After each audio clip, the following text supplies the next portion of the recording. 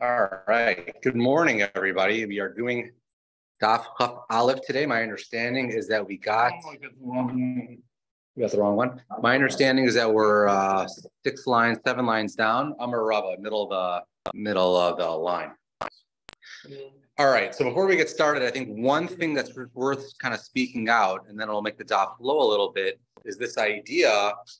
The pasuk says, Sefer Prisus v'nasan biyada, and you put it in her hand. And the Gemara, really the Mishnah, later on in Parak Zorek, daf, I think it's Ayin Aleph or so, says that biyada is lav dafka. It says gago, chatzero, karpipo. Minan. How do I know that if I just put it in her property, that works as well? So the Gemara said there's a drasha from the way it says v'nasan biyada. It doesn't say biyada yitnena or something along those lines.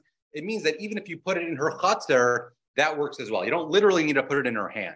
Another thing that's worth speaking out is the same way that it works if you put a get in a woman's chutzner or her property. If you give it to her eved, that works as well. So in certain respect, an eved is similar to her chutzner. So having said all that, Rava says a big chiddush. Rava says like this: Amar Rava, chasav la get. Let's say you write a get and you put it in the hand of your eved. Now, your eved's not going to be a shliach for her. You are literally just having your eved hold on to this get. But then, v'kasav l'shtar matana Allah. But then you give your wife a shtar matana to give her ownership of the eved. So now she's going to own the eved. The eved is holding the get.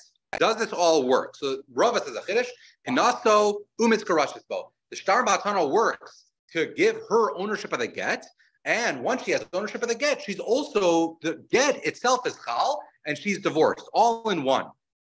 And again, it all works through, we're putting a lot of different things together. You can put a get in her chatzar. An eved is considered a chatzar for this purpose at least, right? And therefore, if you kind of give her a matana, but the matana is a chatzar or an eved holding a get, that works. But the Gemara has like a double closing. A double closing, exactly. Cool. I don't actually know what that's. I'll go with it. That works. But sounds good. But the Gemara has a very technical issue with it. V'amai chatzar ma'alechasi. This is a chatzar that's movable, and v'chatzar ma'alechas lo kana. And Rava himself actually is someone who says that a chatzar ma'alechas. So let's say you had some sort of property, maybe a car, I don't know, something like that. It shouldn't be able to make this kinyan. So the Gemara says, maybe I'll tell you a simple answer. Maybe that Eva is just standing. He's not moving. But that doesn't help because Rava himself said, if this is something that has the ability to move, then the fact that it's standing still doesn't actually help. But the Gemara says, so this halacha will apply if the Eva is not only standing still, but literally tied to the point where it can't move. So clearly these Gemaras are taking place pre-Civil War and pre-Juneteenth, but we're talking about like tattooing these guys or tying them down. But the point is, you can tie down your Eved, and at least that'll take care of the technical problem. But again, the halacha was that a husband can basically give a get to an Eved, and then with one shtar matana, transfer ownership of the Eved to the girl, to the wife, and that will work. Ba'amar Rava, very similar halacha. Kasav la get v'nasnu b'chatzero. So now he doesn't give it to his eved, but he drops the get into his own chatzar. But then kasav la shtar matana Allah. But then she has a shtar matana where she transfers ownership of his chatzar to her. Kanaso umitz kareshesol. Same idea. She can acquire with the shtar matana. She can acquire the chatzar, and then she, by nature, she'll own the get, and therefore she will be divorced. And the Gemara is a little bothered by why don't any Rava tell me both cases? If the entire purpose of the Eved was through kind of this din of Chatzar, so then why do I need to learn it by the Eved? Why do I need to learn it by the Chatzar? So the Gemara says, hidden in some corner, she doesn't even know it's there. So it's actually a very good question, because when it comes to an actual Chatzar, you can do it by Karcha. And the Gemara is actually going to ask, Abai is going to ask on Rava, how does this work? In theory, we'll see. It's a good question. I don't know the answer, but I imagine she doesn't have to know. But usually it's the top room that are nicknamed by a chutzner. It's not a star. I guess the stars in the top of some sort. I don't know. It's a piece of paper. Well, she's acquiring the chutzner through a star. or through some mechanism. The Meaning shtar, yes. a shtar matana. I understand that. Yeah. The get is not a. But the get he can give balkarcha. He can drop a get into her Yeah, he chatzar. needs Eid Masira also. Yeah, let's assume No, there's no, Eid Masira. No, when Not a good she job to get it's it put into the back, right? chutzner, it's not hers yet. I agree, of course you put the get in Yeah. her chutzner. Yeah. But here it's not her chutzner. So Abai is going to ask a very similar question. Let's just hold off. But the bottom line is the Gemara is asking, why did Rava need to teach me this halacha both by an eved and both by a chaser? So the Gemara says utricha. Diashmin eved. If I only had Rava's halacha when it came to an eved, havamina dafka eved. It only works, dafka by an eved. Aval chaser ligzar mishum chatzer haba la'achar mikan. But maybe the similar case of a chaser shouldn't work for this rule that we're about to explain of chatzer haba la'achar mikan. So Rashi explains that the concern is a case like this. What if the husband, instead of putting it into his own chutzner, he puts it into Randy's chutzner. And then he says, Randy, you have a chutzner and there's a random get inside your chutzner. Do me a favor, sell your chutzner to my wife or give your chutzner to my wife. Now it wouldn't work because now the entire concept is it's v'nasan biyada. I have to be the one that divorces my wife, right? So if I put it in my chutzner and then I give my chutzner to my wife, that's me divorcing my wife through this gift of a chutzner. But if I put it in Randy's chutzner and Randy sells the chutzner or gives the chutzner to my wife, now it's me giving Randy a get and Randy's divorcing my wife. And again, maybe this could work through some idea of shlichus, but assuming we didn't work that out, then that wouldn't work. So the Gemara says, if I only had the case of Eved, I wouldn't necessarily know the case of chutzner because maybe I would think that don't let this case of chutzner work. Gezerah of this case of Tosfos speaks out. I don't understand. So why don't we have the same concern by an Eved? Why don't we say that the case of Eved shouldn't work? Because I can give it to my own Eved. I can take a get, give it to Randy's Eved, and say, Randy, give your Eved. So the way Tosfos explains is he says this whole case of Eved will only work if it's tied down. Tosfos adds to the tied down, he has to be sleeping and tied down. So it's such a non-shliach case. We wouldn't make a gzeira in a case like this where it's right, the lashon is okay, fine. But then the other way too, yes. So again, now I know why if I had the case of Eved, I would also need the case of Chatzar. But let's go the other way, right? So why not just tell me the case of Chatzar and then I shouldn't need Eved? Biyash minan Chatzar, havamina dafka Chatzar. Aval Eved ligzar kafus atu she'eno kafus kamash malan. If I only had the case of Chatzar, I would think that this case doesn't work by an Eved, because it only works in a situation where my Eved is tied and perhaps sleeping. So maybe I'd say even in that case, don't let it work because the gzeira of a regular case where I don't tie down my Eved, that case it wouldn't work. So therefore, Kamash Malan, Rabbi needs to teach me the Chiddush both by a Chatzar and by an Eved. Okay, so Amar Abaya. Abaya has a question. He says like this, Michti, Chatzar mehecha israbi. Miyada, how do I know that you could even divorce a woman by dropping in her chutzner? We kind of spoke this out. It's all from a drasha of v'nasan biyada. The pasuk doesn't say, biyada nana or something like that. It says v'nasan biyada, and therefore even a chutzner works.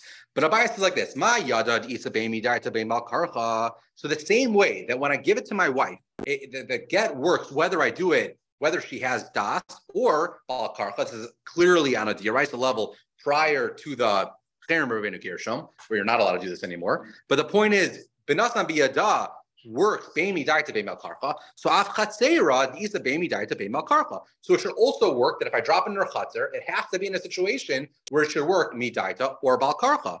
V'ham matana mi daita isa bal karcha lesa. But in this case of Rava, the only way she's ever going to be able to accept this get of this get is if she accepts the matana of the chatzer. Because again, I'm not giving it to her. She doesn't own this chutzner. I have to make a matana of the chutzner to her.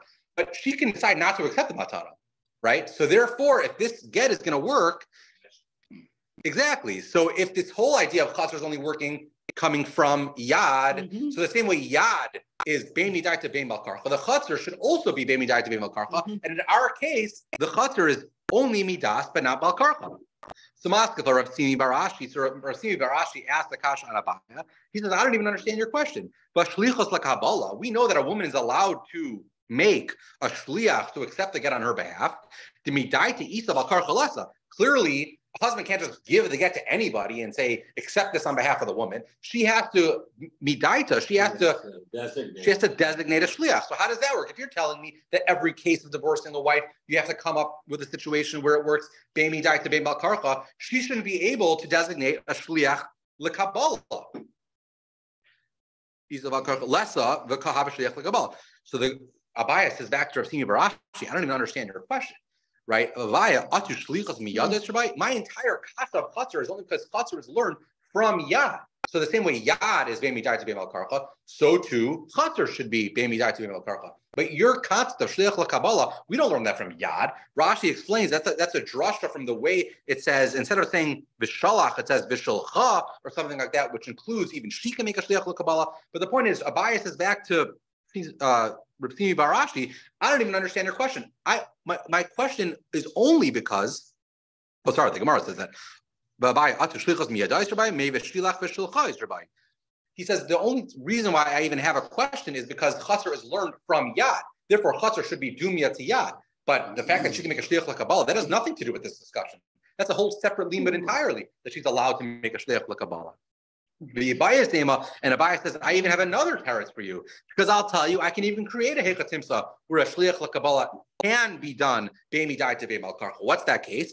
Shlichos lekabbalah nami ashkam bal karcha shekain av mekabel get lebito katana bal karcha. Because I can tell you, there's a situation where a young girl was married off, and if the husband wants, he can divorce her bal karcha. He can divorce any woman bal karcha, but doesn't even need to give her the get. He could even just bal karcha give the get to her father, and that works through shlichus. So Abaya says, first of all, I don't even hear your kasha at all, because it's just my kasha was coming from the way we understood chatzar. But B, I could even come up with an example where there is a shliach lekabbalah and it does work, bein midaita and bein bal karcha.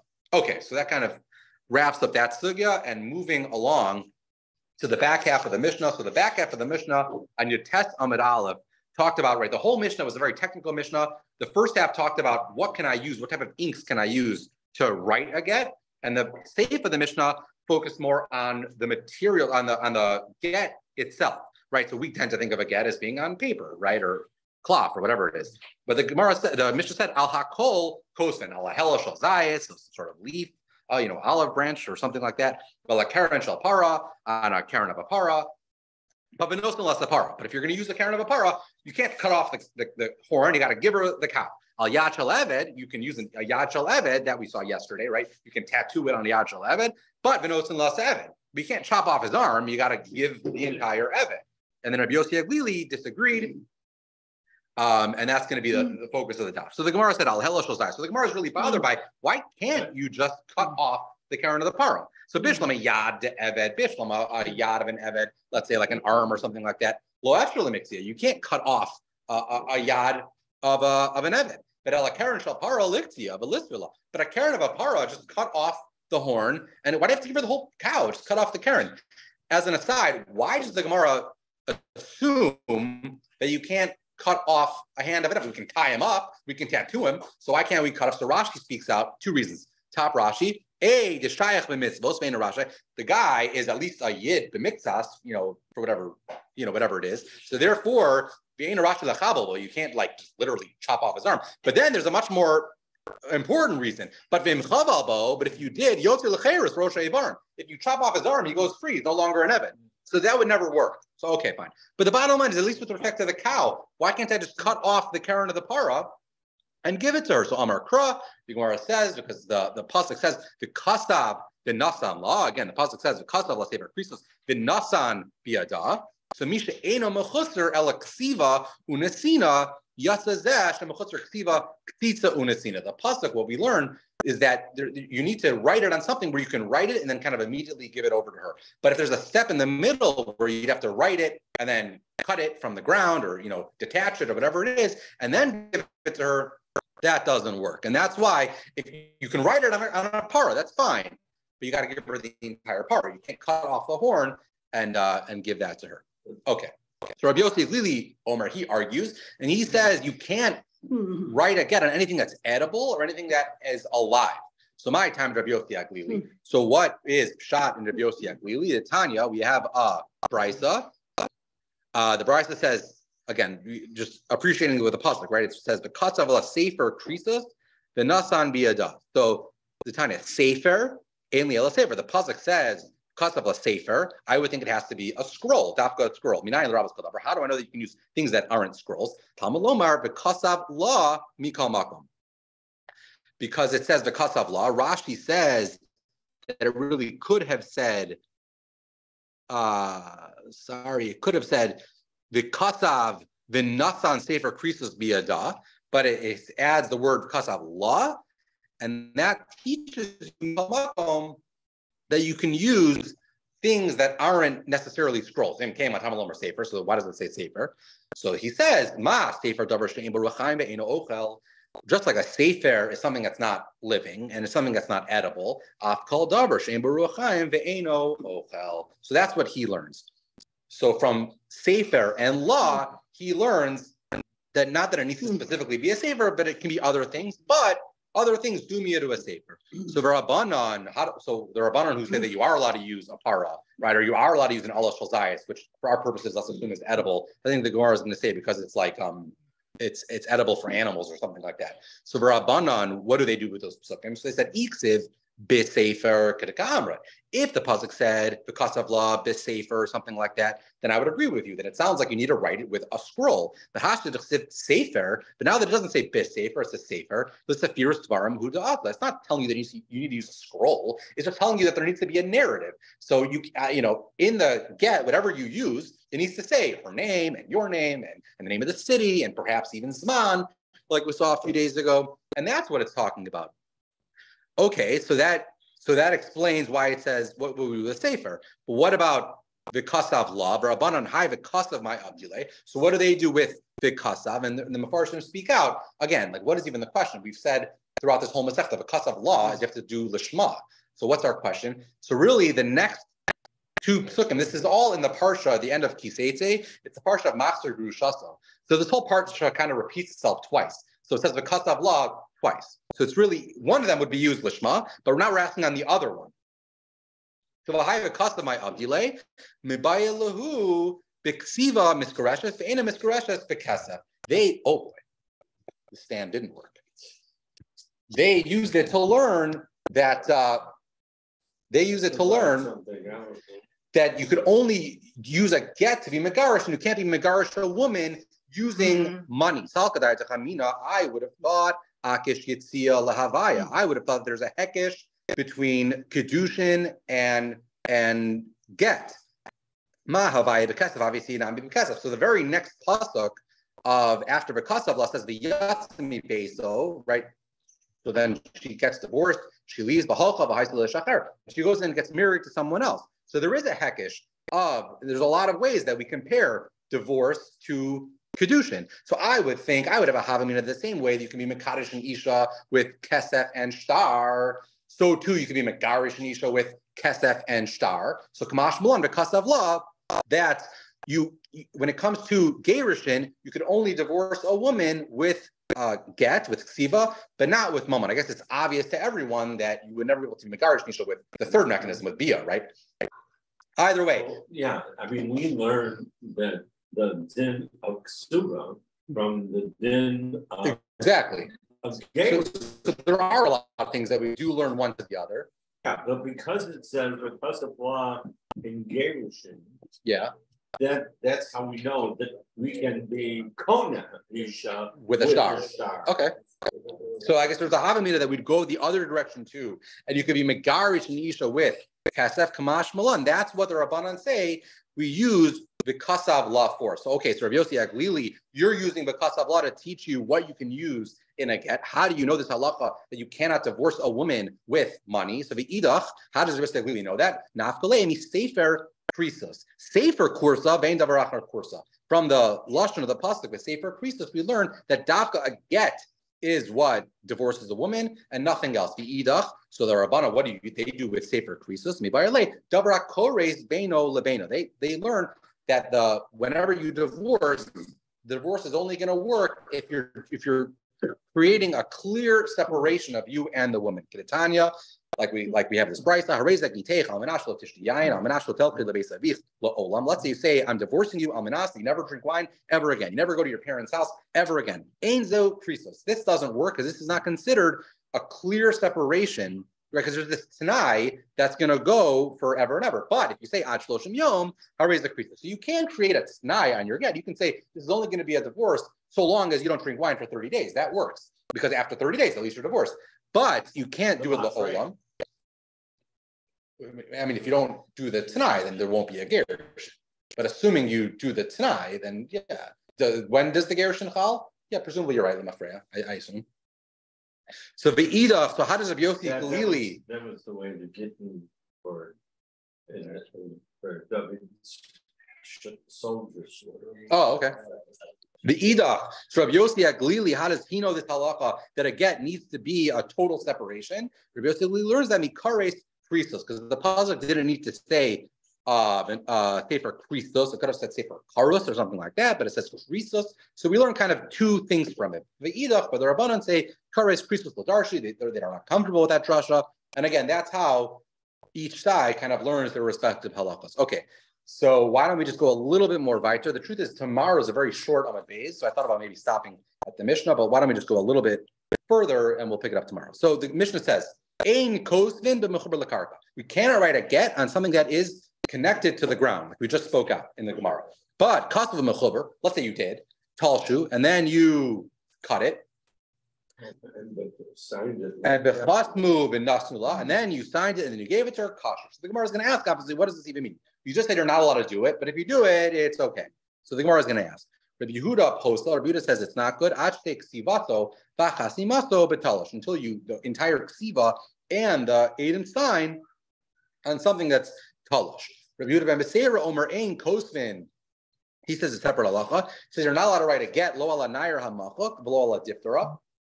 You cannot write a get on a scroll that was already erased, or ala diftara, mateshu yachol is daif. These things apparently are easily forgeable because if Adam already signed something that they know had been erased, you can apparently erase it a second time and take out whatever clauses that you didn't like, whatever it said, whatever it was, and the Adam aren't really going to be able to challenge it because they're always going to look at the star and they know that they signed something that had already been erased, so that's not going to be good. Rashi says diftara is going to be explained exactly what it is in the Gemara, but it's the same idea. It's something that's easily forgeable. You can't write a get on something that's easily forgeable. And again, the Gemara tomorrow will explain exactly the machlokas between Rabbi Yossi Aglili and the Chachamim. So the Gemara says, what is even the second clause of the Mishnah? If you write it on something that's mechuber, it could be okay. But Amrat Reisha, the opening line of the Mishnah said, Ein kosvin. You're not allowed to do this. Amrat Vidamar Shmuel, V'husha Shayir Makom HaToref. So we spoke this out in the past that a get has kind of two components to it. There's the toref, there's the important part that has his name and her name and the date, all that kind of stuff. And then there's the tofas, then there's all the boilerplate. So they're saying, no, you can write the boilerplate while it's still connected to the ground. Then you cut it, and then you write the toref. That's going to work. And